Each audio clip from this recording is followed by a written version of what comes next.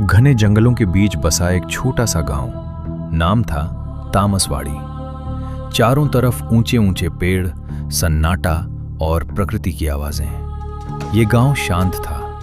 यहाँ के लोग भी सीधे और सरल थे। सब लोग मिलजुल कर रहते थे।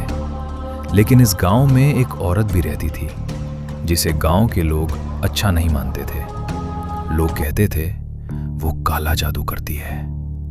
कोई उसे अपशकुन मानता था तो कोई उससे दूर रहता था। असल सच्चाई क्या थी, ये किसी ने जानने की कोशिश ही नहीं की। समय बीतता गया।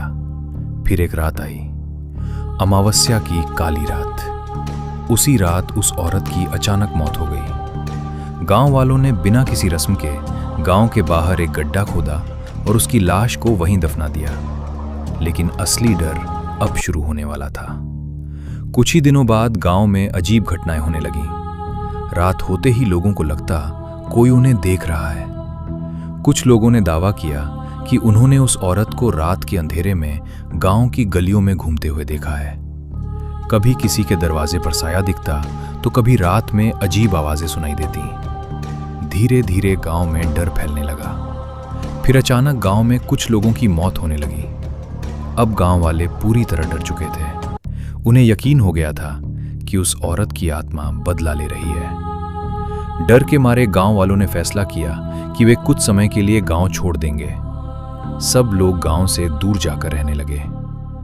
कुछ समय तक सब शांत रहा, लेकिन गांव तो उनका घर था। आखिरकार उन्हें वापस वहीं रहना था। तभी गांव के बुजुर्गों ने सलाह दी कि उन्हें किसी ज्ञानी बाबा की मदद लेनी चाहिए। सब लोग एक बाबा के पास पहुंचे और उन्हें सारी घटना बताई।